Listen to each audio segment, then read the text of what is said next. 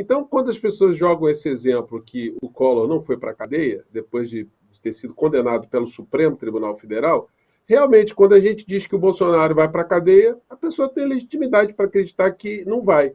Eu estou até acreditando que o Bolsonaro está arquitetando uma fuga já faz um tempo. Aquilo que o Carlito levantou ali dele ter ido para a Embaixada da Hungria, ele está desenhando isso há um tempo. Ele mandou outro dia, botou no Twitter dele, que agradecendo ao Milei por estar segurando, abraçando os refugiados brasileiros. Já meio que dizendo que, olha, estou chegando aí qualquer hora, hein? E quando ele faz o discurso do bolsonarismo é todo uníssono, que ele está sendo perseguido, esse discurso também seria um discurso legitimador de uma fuga dele. E a maior parte das pessoas que seguem o Bolsonaro dizendo, ele está certo, tinha que fugir mesmo, né? Então a Polícia Federal, as instituições do nosso país têm que estar com o olho ali, com os olhos redobrados em cima da criatura. Parece que o Cacá adivinhou um negócio que eu queria falar aqui também, que é o que aconteceu no período da pandemia aqui no nosso país. Porque é muito importante a gente ressaltar que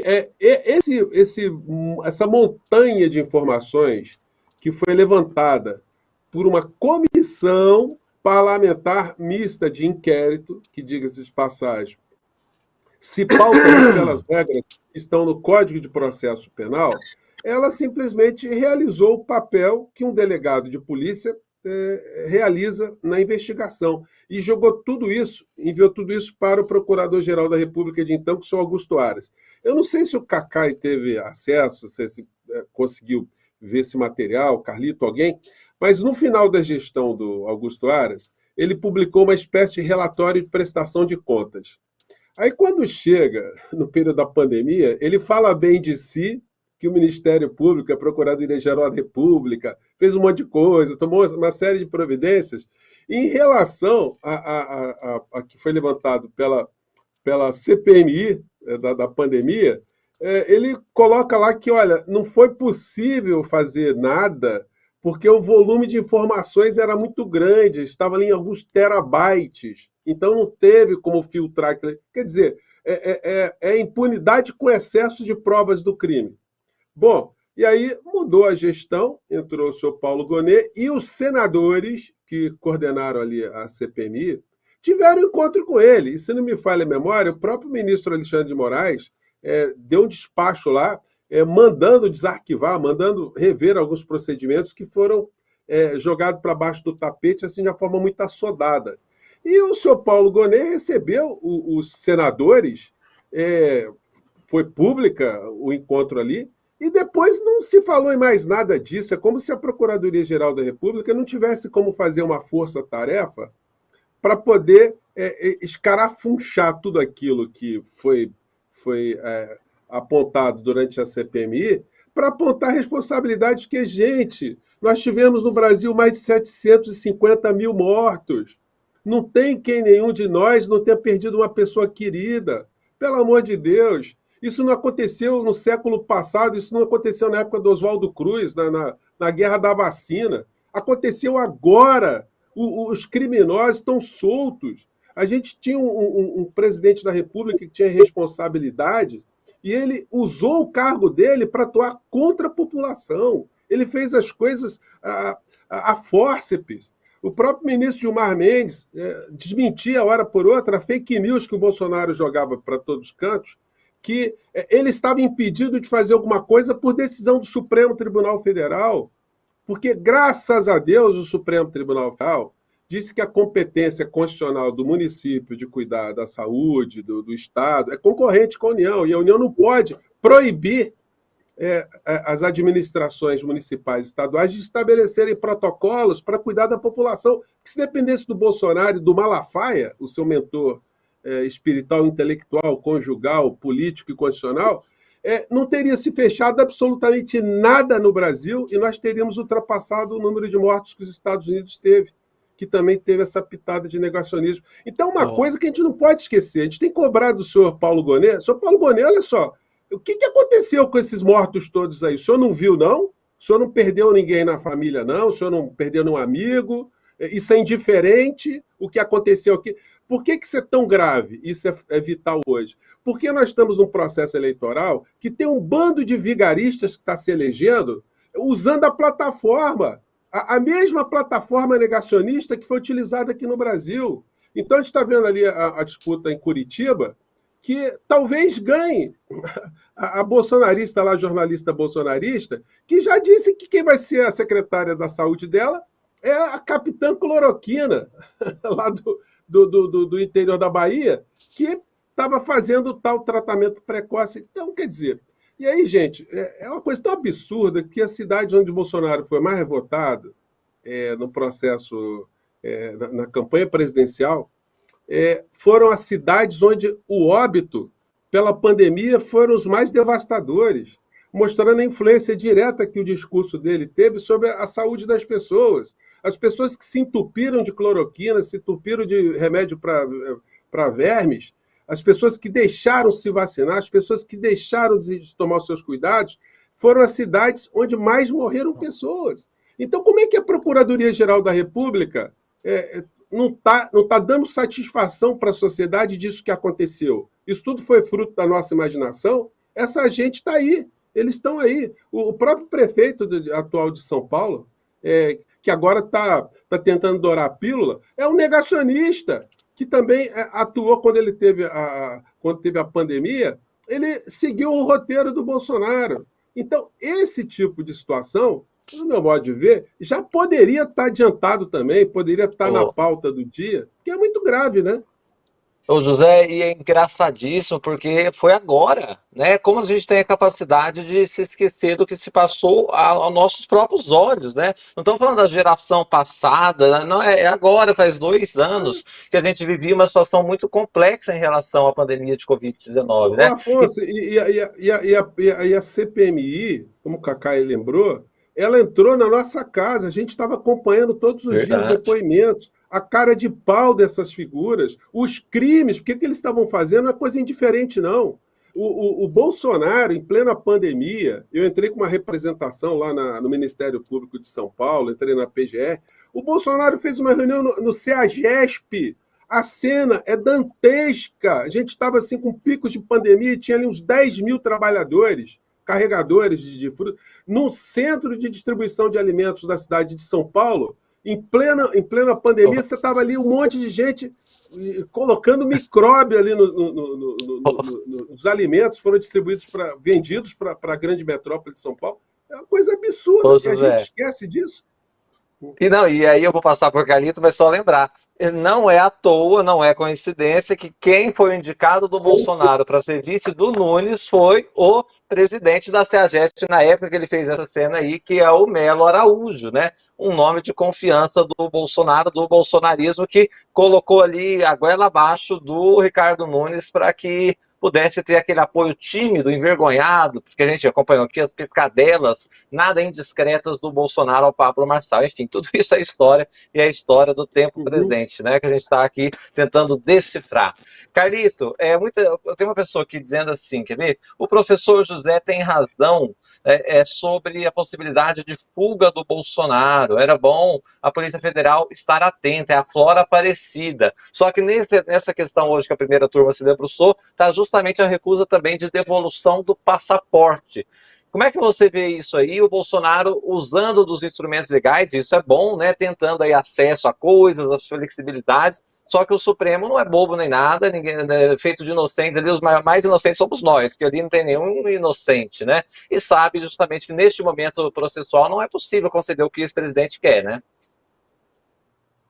É interessante, inclusive, só para fazer um adendo ao José, que a capitã Cloroquina está disputada, né? Porque o André Fernandes disse que se ele for eleito prefeito de Fortaleza, ela também será secretária de saúde dele, né? Então, talvez teremos aí o primeiro caso de uma secretária de 2 municípios ao mesmo tempo, né? Claro, brincando, porque isso não pode acontecer. Mas capitã só para mostrar como é que existe essa... Cloroquina, que loucura, meu Deus! A situação do Bolsonaro é complexa. Por quê? O Cacá e o José vão lembrar que em dezembro do ano passado, quando o Milei foi tomar posse, o Bolsonaro ainda não tinha o passaporte apreendido e entregou de livre e espontânea vontade o passaporte à autoridade jurídica brasileira e informou a sua ida para a Argentina. Então ele foi para a Argentina, ficou na posse do Milei e depois regressou ao Brasil. Para efeitos jurídicos, e o Cacai conhece muito bem disso também, junto com o José, isso passa a boa-fé para o Poder Judiciário. Isso dá a entender que ele não tinha pretensão de fugir, ou que ele, em tese, não tem pretensão de fugir, já que ele teve a oportunidade, ao ir para a Argentina, por exemplo, mesmo entregando o passaporte, porque não é obrigado, né, você ir com o passaporte para a Argentina, basta um documento de identidade que você pode ingressar, não só na Argentina, mas em outros países aqui da América do Sul. E quando ele regressa para o Brasil, isso é positivo para a imagem dele. A defesa dele pode até utilizar isso como um instrumento para evitar punições mais severas em relação às medidas cautelares diversas à prisão. O grande problema é que quando ele vai para a embaixada da Hungria, em fevereiro, ainda mais naquele contexto, que a gente precisa lembrar, Afonso, o contexto era pessoas do entorno do Bolsonaro, entre eles um dos supostos membros do gabinete do ódio, o Técio Arnaldo Tomás, foi preso, junto com outras figuras, né? Entre elas o Felipe G. Martins também, que também acabou sendo arrolado ali depois por outras situações. Então, todas estas figuras que eram do entorno do Bolsonaro, que acabaram sendo presas, em tese, teria gerado um desespero nele, o passaporte dele foi apreendido e, na sequência, ele vai e acaba indo para um encontro supostamente secreto ali da Embaixada da Hungria, onde ninguém estava sabendo. Segundo o Flávio Bolsonaro, que ele sabia que o pai teria ido na Embaixada da Hungria. E aqui tem outro fator que a gente precisa conectar também, que a gente não pode esquecer, Afonso, é que a extrema-direita global, ela é conectada e organizada. A gente consegue ter a conexão do Trump com o Milei, a conexão do Bolsonaro com o Milei, a conexão do Bolsonaro com o Trump, a conexão do Bolsonaro com o próprio Viktor Orbán e outras figuras da extrema-direita global. Então, para o Bolsonaro sair daqui e ir para a Argentina, não é algo muito difícil, e de lá ele solicitar asilo político, algum tipo de proteção, porque se até os pés de chinelo, né, os pés rapados, como a gente brinca, se evadir para lá, muitos, inclusive, eu não sei se o Cacá e o José concordam com isso, mas muitos em específico que estavam sob a tutela do Estado de São Paulo, né, porque alguns dos foragidos estavam com tornozeleira eletrônica, outros romperam a tornozeleira eletrônica, fugiram para a Argentina, e a notificação ao sistema nacional, né, ao sistema judiciário nacional, demorou só foi feita 30 dias depois que se teve o rompimento do lacre, que se teve remoção da tornozeleira, e quem é responsável pelo preso ou pelo monitorado naquele momento é a Secretaria de Segurança do Estado. No caso dos presos de São Paulo, que se evadiram, por exemplo, para a Argentina, Uruguai e Paraguai, a responsabilidade do monitoramento era do governo do senhor Tarcísio de Freitas. E que, estranhamente, Cacai... Perdão. Eu vou te interromper um segundo só, é porque o Cacai já nos avisou antes mesmo de iniciar o nosso programa que ele tem uma outra entrevista às 9h30. Ele emendou uma entrevista na outra, está muito solicitado. Todos os nossos convidados, hoje o Cacai especialmente vai precisar se desconectar agora. Então, Cacai, quero agradecer muito sua presença aqui conosco. Foi uma satisfação imensa recebê-lo, e em breve você está aqui de volta no My News. Uma boa noite para você. Boa noite, eu peço desculpa por sair do papo tão agradável, aprendendo muito aqui com vocês, mas realmente eu tenho um compromisso 9h30, teria muito o que dizer aqui, inclusive sobre o relatório do CNJ contra o Moro e contra os procuradores, que também está parado na Procuradoria sem tomar nenhuma providência. Mas, olha, aprendi muito e gostei muito. Muito obrigado a vocês. Peço desculpa por ter que sair. Imagina. Um abraço grande. Então vamos fazer assim, já vamos repetir essa bancada para tratar desse assunto que o Cacai deixou com um gostinho de quero mais. Cacai, muito obrigado, viu? Até a próxima. É isso aí. Carlito, desculpa, viu, por ter te interrompido, é mesmo porque o Cacai tinha esse compromisso 9h30 pontualmente, a gente precisou libertar ele, como diz a Mara Loquima. Nós temos ainda alguns minutinhos, queria ouvir o José, mas antes queria seguir com você. Você lembrava sobre essa questão, realmente, que da época da vovó, não é, José? Você fazer uma notificação de rompimento de tornozeleira eletrônica por vias que demoram 30 dias, não podia fazer uma ligação, passar um WhatsApp, enfim, outras vias todas, e isso sob a batuta do Tarcísio de Freitas sobre Guilherme Derrite, que muitos dos foragidos que estão na Argentina são de São Paulo, não é isso, Carlito? Na verdade, o que é interessante é que são de estados onde governadores são bolsonaristas. É o caso da quantidade dos que fugiram de São Paulo, os que fugiram do Rio de Janeiro, os que fugiram de Santa Catarina, os que fugiram do Paraná. Se você pegar, o José deve estar comigo, vários dos foragidos da justiça brasileira são oriundos desses estados, e muitos estavam sob monitoramento das polícias, né, da Secretaria de Segurança desses estados. E aí, na época, eu lembro que eu fiquei chocado, Afonso, que eu fui checar ali, tinha um caso de rompimento de tornozeleira, de lacre ali, ou de problema de comunicação, onde é que estava o preso, que só era notificado ao STF com 20 dias, com 30 dias, com 15 dias. E se você tem uma figura que rompeu o lacre, né, da tornozeleira, ou que não está fazendo o carregamento corretamente, a notificação tem de ser feita até não só as autoridades do Estado, mas a nível nacional, pelos crimes que ele cometeu e pelo risco de evasão do território brasileiro, como está acontecendo e aconteceu com várias dessas figuras. Eu até tenho uma suspeita, né? Claro, eu não vou acusar aqui os governos desses estados, mas soa muito estranho e, para mim, parece, de certo modo, uma leniência. Eu não sei se o José concorda comigo, né? Eu vou transferir essa pergunta para ele, mas parece uma leniência, né? Porque como é que você tem, José, um indivíduo que está aí foragido do Brasil, ou que está em caminho para deixar o Brasil, e que a polícia sabe que esse indivíduo está sem monitoramento há 1 semana, 2 semanas, há 3 semanas, só depois disso notifica a autoridade federal para falar, olha, o fulano de tal rompeu o lacre aqui da tornozeleira e tem 1 mês que a gente não sabe onde ele está, e aí depois se encontra essas pessoas na Argentina, outras no Uruguai, outras no Paraguai. Você acha, José, que não aparenta ter tido algum tipo de leniência? E sobre essa questão, por exemplo, da Procuradoria-Geral da República, né? A gente precisa lembrar o que o José falou sobre o que está parado lá. O doutor Gonê se comprometeu em março desse ano em reabrir as investigações envolvendo os casos da pandemia da Covid-19, porque existe uma robustez de provas tão grande que não dá para ignorar. O Bolsonaro tem dito o seguinte, José e Afonso, que ele divulgou na época a cloroquina porque ele acreditava que aquilo ali poderia curar, que se ele soubesse que não curava, ele não teria divulgado. Só que a justiça e a lei, José, já tem enquadramento para isso, né? Que é a tal culpa consciente. É o indivíduo que, mesmo sabendo que aquilo que ele está divulgando pode gerar uma suposta cura, porque ele acredita naquilo, ele também assume o risco de o fator óbito ou uma consequência mais grave pode acontecer também. Então, eu não sei se vai colar muito, não, né? Eu não sei o que é que o José pensa sobre isso. Rapaz, eu vou falar uma coisa para você. Eu tenho uma indignação e uma inquietude em relação a esse tema muito grande, porque a gente vivenciava isso no dia a dia, né? Você via as coisas e falava assim, meu Deus do céu, como é que o cara está fazendo isso? Como é que ele está declarando isso? Como é que ele está... Tem coisas que ele fazia o seguinte, ele teve um dia que o Bolsonaro induziu os seus seguidores a verificar dentro dos hospitais se as pessoas que os números que estavam acontecendo eram aqueles mesmos. A gente teve casos de deputado bolsonarista que entrou dentro de hospital. E vocês imaginem o sofrimento dos profissionais de saúde, quantos médicos morreram, quantos enfermeiros morreram, quantos motoristas de ambulância morreram, quantas pessoas que estavam ali na linha de frente estavam morrendo com os hospitais abarrotados, as emergências abarrotadas, os procedimentos absolutamente cáusticos, extenuantes, e o desgraçado que comandou o nosso país fazendo tudo para abarrotar com mais pessoas, desinformar, agravar o problema.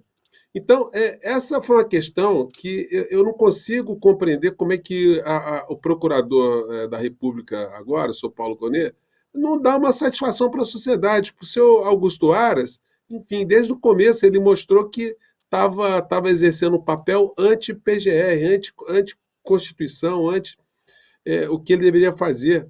Então, cobrar alguma coisa dele estava muito complicado, do ponto de vista ético, do ponto de vista moral, do ponto de vista republicano. Nós não sabemos qual foi o tipo de atributo que fez com que o Bolsonaro indicasse o senhor Augusto Aras. Nós nunca saberemos, né, o que aconteceu ali, mas o fato concreto, além de outras coisas, né, quando eu faço assim falas muito pesadas, aparentemente pesadas, é porque me indigna muito ver que quando o sigilo do Coronel Cid foi quebrado, que havia registros ali que o senhor Augusto Aras e a senhora Lindora Araújo se encontravam secretamente com Bolsonaro, fora da agenda, sem nenhum tipo de registro. Então, isso é um indício que as coisas estavam sendo feitas ali quebrando uma série de regras morais, regras jurídicas. Isso impõe ali a responsabilização criminal, inclusive, diante de tudo que foi visto. Então, Essa é uma questão que eu acho assim que a gente não pode deixar esquecer. E a outra coisa que o Carlito levantou aí, se houve conivência, ou houve algum tipo de complacência, algum tipo de conexão voluntária para proteger criminoso. A questão é o seguinte, Carlito, nós todos sabemos que as instituições aqui no nosso país, de todas as áreas, elas ficaram contaminadas de pessoas que se identificam com as loucuras que a extrema-direita começou a pregoar para todos os lados. A gente teve médico no Brasil que começou a seguir Bolsonaro, começou a defender pontos de vista contra a ciência por razões políticas, porque quem estava defendendo a anticiência era o Bolsonaro com quem eles se identificavam. Isso aconteceu nas polícias, aconteceu dentro das forças militares, das forças armadas, aconteceu dentro dos ministérios públicos, em todas as instituições, na OAB, na advocacia. Então, não é difícil você encontrar, independente do governador, sendo um governador de esquerda, um progressista, um democrata, que ele tenha lidado com instituições que tenham feito vistas grossas, porque também ficar supervisionando, isso dá um trabalho, supervisionar o cara com a tornozeleira, enfim. Existe uma logística aí que, se não houver uma cobrança daquele que pediu para se tomar essa medida, uma responsabilização, uma apuração, se houve algum tipo de infração administrativa ou algum tipo de responsabilidade penal, fica muito difícil você ter um cumprimento dessa pena. Até uma questão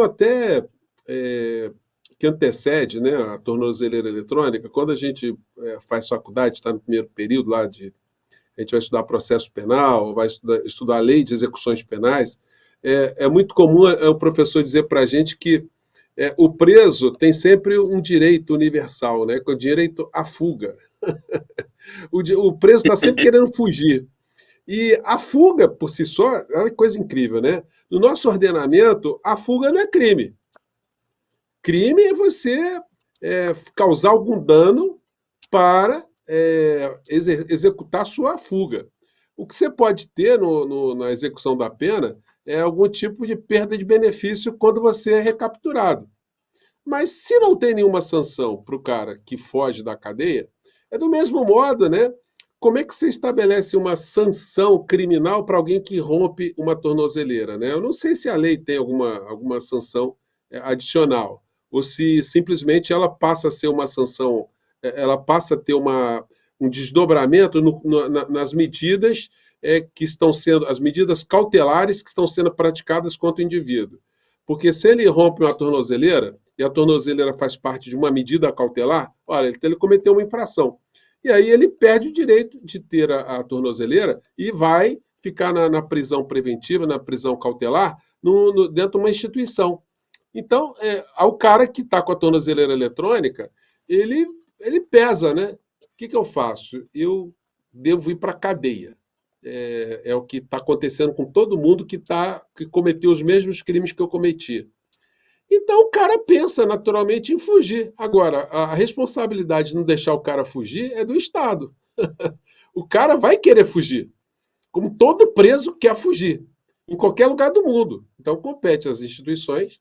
Meu amigo, você quer fugir? Vamos botar um muro bem alto aqui, vamos cortar celular. Então, mais ou menos isso. É difícil você ter uma logística no Brasil inteiro para monitorar essas criaturas de uma maneira muito eficiente, exceto se a gente tivesse num estado onde a tecnologia ela tivesse uma conexão direta com o Poder Judiciário, com o Ministério Público, com a própria polícia. Olha, quebrou a tornozeleira, o cara já fica identificado ali, já vem um drone em cima do cara, sei lá, alguma coisa assim. Fora isso, o sistema permite falhas, né? A tornozeleira eletrônica não é um equipamento, como nesses filmes de ficção científica, que a gente vê, o cara ganha ali um bracelete, que só se ele arrancar o braço que a coisa vai embora, né? Como não é assim, então as pessoas que estão em vias de ir para a cadeia sempre vão tentar fugir mesmo, se quebrar a tornozeleira para sair do Brasil, enfim.